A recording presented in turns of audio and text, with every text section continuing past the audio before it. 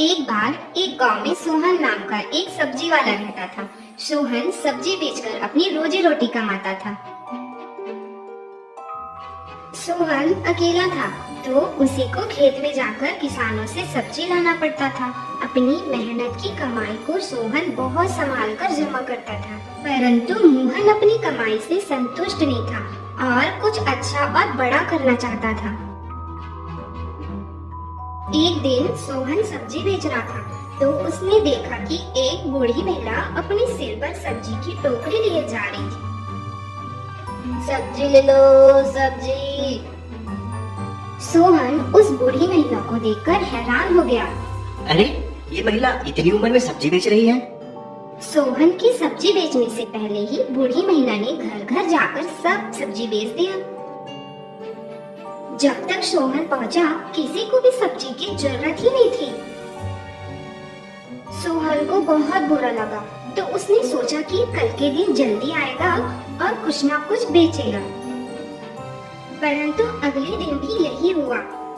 कुछ दिन बीत गई और सोहन जानना चाहता था कि यह बूढ़ी महिला इतनी जल्दी कैसे सब्जी बेच लेती है। तो वह उसका पीछा करने लगा।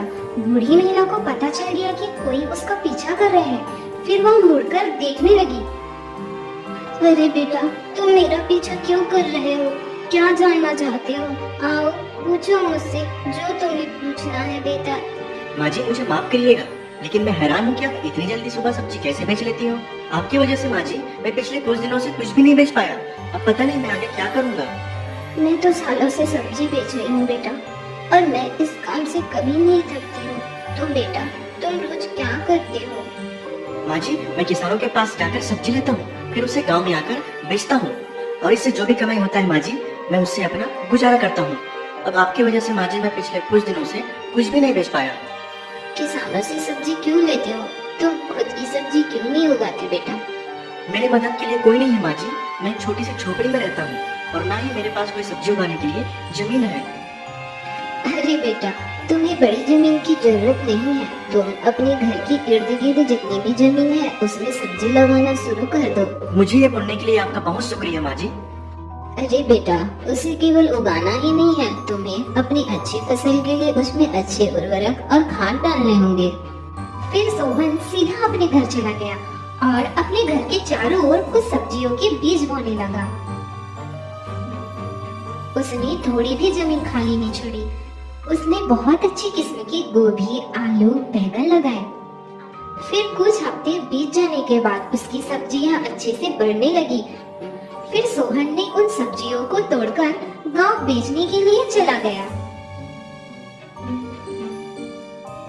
दिन ब दिन सब्जी की अच्छी पैदावार हो रही थी, जिससे सोहन को बहुत अच्छी कमाई हो रही थी। सोहन ने उन पैसे को इकट्ठा करके अपने लिए खेती करने के लिए एक जमीन का टुकड़ा लिया।